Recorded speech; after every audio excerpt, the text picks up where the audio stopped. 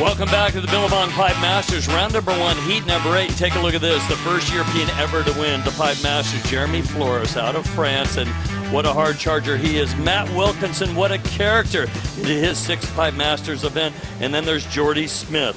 Now, Jordy has been rebuilding himself. In fact, one of the hardest things he did is not surf trestles. He's living in San Clemente now, but the surfer out of South Africa, 12th year pro, 6 years on the world tour, the 27-year-old, has come back, and he's looks like he is at about 100% health. It's going to take him a little time to get used to having that jersey back on and get that mind frame of being aggressive in a heat. You know, a lot of these surfers, as we take a look at a pretty strong paddle, and he's going to drop in, Matt Wilkinson, and Wilco giving it his best shot at getting through this.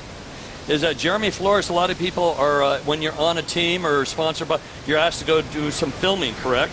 He had to show me a little scar. Looking great. He's looking great, feeling great. Really a hard charger, number 8 in the world title right now in that chase. Here is Jordy Smith, though. Jordy grabs rail, long barrel. He has a shot. It pinches a bit at the end. Oh, do not give up on Jordy Smith, because if he has the speed, made it quite a long distance there. That was a guaranteed 10. Had he come out of that, he was so close, just got inches too deep.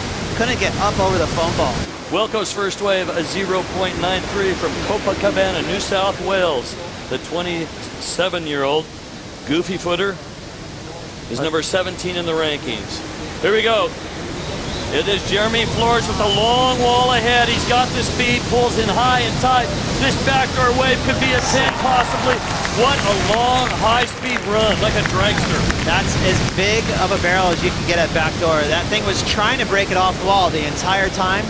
Great read there from Jeremy Flores to have the wherewithal to know that he had to really stretch out to make that barrel, because again, that wave, it kind of broke on a second reef outer back door. That was massive. And look how smart he is. He says, I've got to come in now, his board broken.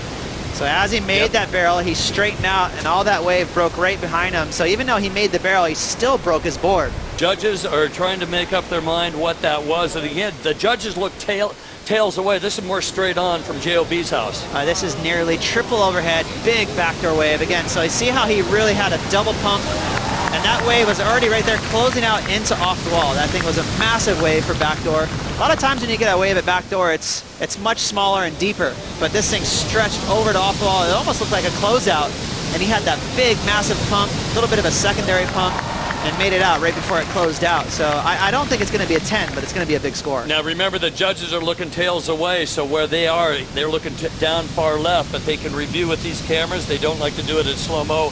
Not the longest barrel ride, but like you said, it's a big, fast wave. Yeah, the thing that gets me excited about the barrel is how big it is. I mean, you can't disregard the fact that a really big barrel at backdoor is super dangerous. It's twice as shallow there. You're going into near dry reef, which is amazing. We were talking about his incredible injury, and then he went right over to Tahiti after the injury and won that event. That was one of the coolest comeback stories I've seen all year. So there you go, 8.5, nice start. They're very consistent in their scoring right there. 8.5, it could have been maybe a 9, maybe later in the heat, but keeping it well in tabs. Now, when Jeremy Flores won this event in 2010, who did he defeat? The guy that's next door, that's the KP. commissioner. Yes. That's right. KP. Well, KP came back to win a title as well. He was out early this morning in those conditions before he gave the green light to run it. You got to go test the waters. And some past results here. You can see 2010 was the year he took out Kieran Farrow. And here we go, live action. Matt Wilkinson running and gunning on this little one. He's getting a couple of turns in. What's he going to do at the end? He's got a bag of tricks. There is part of the tricks. Exits with the little 180, so just playing around with that. If you ever meet him, talk to him, really a wonderful guy. Yeah, he's funny. He's got a great sense of humor. That's what he's known for. You know, everyone talks about his character. He's just kind of a loose cat, likes to joke around, and doesn't take himself serious, but not so much this year. He's kind of taken on Glenn Microhall as a coach. He's lost a bunch of weight. He looks really trim. He's gotten a bit more serious because everyone always knows that, always says that, wow, Wilco's so talented. It'd be cool to see him like a top 5 player. I think he's tired of listening to that, and he really wants to buckle down a little bit and max out his talent. Definitely not going to make many mistakes. 16:52 on the clock. Jeremy Flores, one wave, an 8.50, a backdoor burner, massive wave. He gets a solid score, does get a cover up, but what? Well, he paid the price. He broke his board at the very end there, and now he's wrapped around into the inside. And here we go with third priority is Jordy Smith. Grabbing rail, gets spit out of the barrel. And a little section here. It's a tough one at the end to do any kind of aerial move. Next up, Wilco takes the free fall drop, pulls into a beautiful shiny sunlit barrel, and it closes out quickly on him. So back up to first priority, Jeremy Flores. Now he can breathe a little easier and start picking and choosing. Now Chopu, not too many in Fiji. So this is one of those waves where it's famous, but you can go two different directions. Yeah, it's kind of shaped like an A-frame, especially with this type of swell, as we see Jordy Smith get spit out of a nice barrel of pipe. Not super deep and not super long, but that wave was hefty. It's pretty big right here. Just handles himself, grabs that rail, and slows down quite a bit. Very smart surfing there with Jordy, kind of dragging. Watch his front knee. He's going to drag his rear end and his knee in the wall of the wave to slow himself down. He's still dragging, still dragging. See all that water coming off his thighs right there? And that's because if he hadn't done that, he would have been already out of the barrel. So any points he's going to get, it's going to be because of that stall move. You know, we did see a couple of these guys with some, little aerials to finish things off. Remember, there was that heat. It was Taj and then Kelly for a final. And it was Taj actually with the air reverse type of a maneuver that got him through.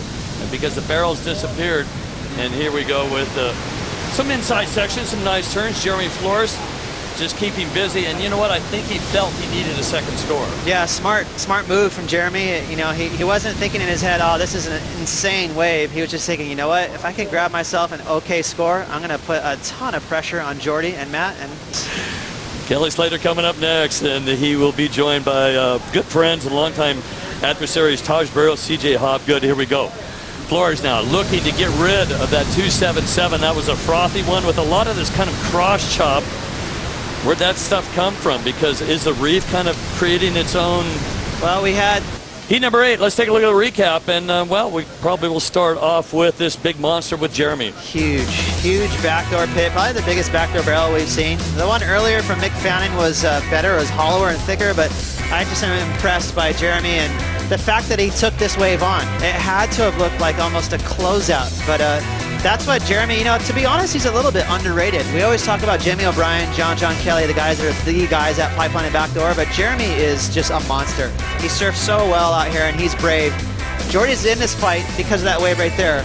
And a little bit lucky because that wave just regurgitated. It had so much spit, it made it exciting, and it kind of put a stamp on that 5.17 for Jordy.